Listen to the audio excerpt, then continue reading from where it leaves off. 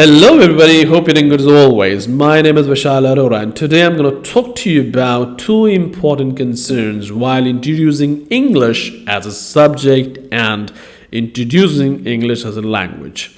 So this morning when I was taking a session with young learners, when I say young learners, I'm talking about students in my classroom today. I had students from class 6, 7th, 8th, 9th and 12th grade.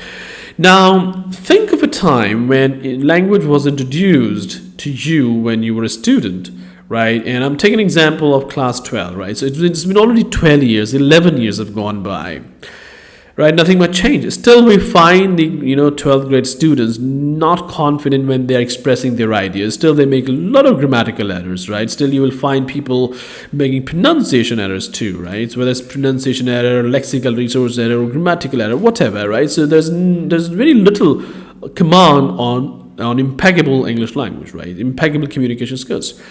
Now, why does it happen? Let's talk about the reason first. Because the language was introduced to them as a subject. Now, what happens is when you talk about language as a subject, a couple of things happens, right? There's stages. Number one, the reading happens, right? Students read. They read the text.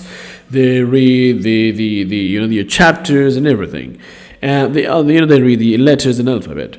Right, then the writing happens. We teach them jolly phonics, right? We help them understand the letter and then the writing part. So reading and writing happens quite a lot at school level, and then listening, right? The listening hardly happens. Speaking rarely happens, right? So speaking and listening, they take a back seat. So emphasis is given when you introduce language as a subject. Emphasis is given to reading and writing the most, right? Or maybe it's limited to the language of the classroom, right? But not beyond that. But now, if you introduce language as a language, if you introduce English as a language, then what changes? We need to change those steps. So in the process of introducing English as a language, first thing which happens is listening. Language always begins from ears. It doesn't begin from mouth. It starts from ears, right? When a baby is born, right? The baby is born, he listens to the sounds made by his mother, right? He keeps listening to them for a year or so and then start imitating the sounds, made by the family. So it starts with the ears, right?